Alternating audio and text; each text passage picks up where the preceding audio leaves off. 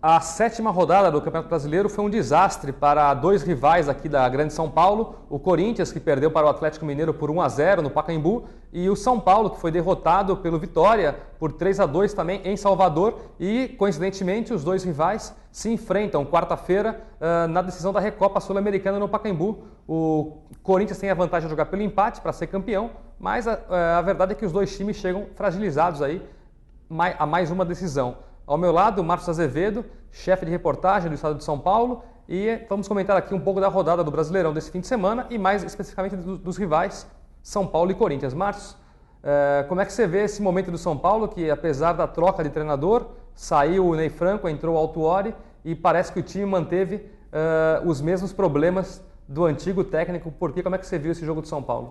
Exatamente, Vitor. Esse foi o grande detalhe do jogo, né? Todo mundo estava esperando aí o São Paulo um pouquinho melhor, agora com o Autuori, né? A volta do técnico campeão da Libertadores, campeão do mundo em 2005, mas o São Paulo foi o mesmo das últimas rodadas com o Ney Franco, enfim, o time não conseguiu jogar. Até teve alguns momentos bons, mas falhou muito, principalmente na defesa. A defesa de São Paulo ontem comprometeu assim completamente a atuação da equipe. E mais uma vez um jogador expulso, que é uma coisa que o Autuori vai ter que trabalhar, porque é mais um jogador. Onde foi o Wellington, já teve aí o Edson Silva, Denilson, o próprio Luiz Fabiano foi expulso, o Clemente Rodrigues na estreia foi expulso, enfim. Então São Paulo aí com 5 expulsões no Campeonato Brasileiro é uma coisa assim, que você vê que é um time que está nervoso, que está precisando do resultado. Enfim, a gente, claro, um título da Recopa não vai apagar esse momento ruim do São Paulo, mas é sempre bom, claro, conquistar um título a um pouco mais de tranquilidade. E já do Corinthians, o negativo desse resultado é pelo fato de ter sido contra os reservas do Atlético, né? O Atlético aí se preparando para a final da Libertadores, quarta-feira contra o Olímpia. Então esse é o ponto negativo. O Corinthians acabou sendo derrotado por os jogadores reservas, não a equipe principal do Atlético. Porque uma derrota pelo Atlético Mineiro hoje em dia não é nada fora do comum. Mas para os reservas do Atlético Mineiro e dentro do Pacaembu que foi o que acende aí, né, o sinal do Corinthians de alerta para esse jogo contra o São Paulo. Realmente que você tocou num ponto que se fosse uma derrota para os titulares do Atlético, esse resultado não teria tanto impacto negativo como teve por se tratar de um Atlético reserva e pensando na Libertadores. E também outro ponto curioso do Corinthians é que, embora o ataque tenha Guerreiro, que jogou ontem, Alexandre Pato, Romarinho, Emerson Sheik, que não jogou, mas está no elenco, enfim, é um dos piores ataques do brasileiro. Isso aí vai ter que ser corrigido para o jogo de quarta-feira, que o Tite tem a esperança de contar com a volta aí do Emerson Sheik, do Danilo, quem sabe do Renato Augusto, que possa ser que ele jogue com a máscara de acrílico e silicone. E, Márcio, você vê algum favorito? O São Paulo tem perdido recentemente os últimos jogos para o Corinthians. O jogo vai estar Pacaembu lotado, o Corinthians joga pelo empate para ser campeão.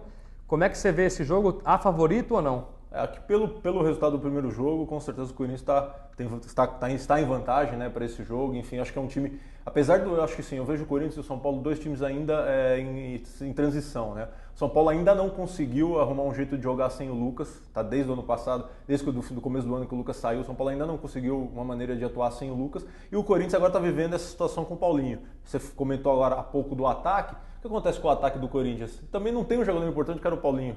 Paulinho, apesar de ser volante, é o cara que chegava, o cara que abria os espaços, os atacantes abriam espaço para ele finalizar. Hoje em dia, e também sem o Danilo, é outro ponto que prejudica um pouco o Corinthians nesses últimos jogos. Então, com a volta do Danilo, talvez isso melhore um pouco, né? Mas eu acho que o Corinthians ainda está sentindo falta do Paulinho, o Tite vai ter que arrumar um jeito aí desse time render mais no ataque. Enfim, e também os atacantes precisam colocar o pé na forma, né? Porque realmente a situação não está fácil. Mas para esse jogo de quarta-feira, acho que o Corinthians é o grande favorito. Enfim, joga em casa, como você disse, o Pacaembu é a casa do Corinthians por enquanto, até o Itaquerão não ficar pronto. E com a vantagem de poder empatar, né? Que é realmente nesse momento em que os times não estão muito bem, é uma boa vantagem. Né? A saída do Paulinho realmente prejudicou muito o Corinthians e o Tite não conseguiu ainda encontrar o substituto, porque o Guilherme não é ainda o Paulinho. O outro jogador que poderia fazer essa função é o Renato Augusto, que segundo o Tite até poderia jogar de segundo volante, mas infelizmente se machucou, né? Ficou 3 meses fora da equipe. Quando voltou, jogou um jogo contra o São Paulo, fez aquele gol por cobertura no Rogério Ceni, e depois se machucou contra o Bahia. Quer dizer, o Tite realmente perdeu o Douglas também. O Douglas não joga quarta-feira, praticamente fora. Aí vai ser uma dura tarefa para o Tite reorganizar esse meio de campo. E o Brasileirão também a gente não pode deixar de ressaltar outro time paulista, o Santos, que venceu a Portuguesa no sábado, com mais uma atuação boa da garotada do Santos, o Neilton, que marcou 2 gols contra a Portuguesa. O Santos já está, aos poucos, vai se recuperando da saída do Neymar. O Neymar ficou para trás. Como é que você então analisa? A gente acabou de falar do Corinthians e São Paulo, né? E é a mesma coisa do Santos. O Santos vai ter que aprender a jogar sem o Neymar. Por enquanto, ainda está se adaptando ali ao jeito de jogar. E o engraçado assim, eu gosto de ver a torcida dos Santistas, né? Eles ficam sempre empolgados, né? Porque o Santos realmente, o Neymar saiu, você já tem outro menino agora surgindo, enfim. Então eu gosto dessa aposta na garotada mesmo. Tem que dar chance para essa molecada, enfim. Se tiver qualidade, vai render com a idade que for, enfim. Então eu acho que merece realmente essa atenção especial esses jogadores do Santos, essa molecada, o Giva também, Neilton, assim, são bons jogadores realmente. Vamos ver se dando sequência, né, ao trabalho, vem uma resposta positiva. E falando de idade, né, Vitor, vamos comentar aqui do Alex, né? Que realmente liderando aí o Curitiba, né? Campanha formidável, líder do campeonato, não podemos deixar de falar do Curitiba, né? Sim, não, verdade, realmente é até para muitos uma surpresa aí o Curitiba tão bem no campeonato brasileiro, né? O líder do Brasileirão. Vamos ver se o Curitiba vai ter gás aí para chegar no segundo turno aí também entre os primeiros colocados do brasileiro. Exatamente, a dúvida é sempre essa, se não é só, como chamam aí, cavalo paraguaio, né, e depois vai parar. Eu acho que assim, o Curitiba tem um bom time, enfim, tá bem armadinho, realmente o Alex tem feito a diferença, enfim, vamos ver, é um time interessante e é legal sempre ter um time diferente aí. Sim, do Rio, São Paulo, é bacana.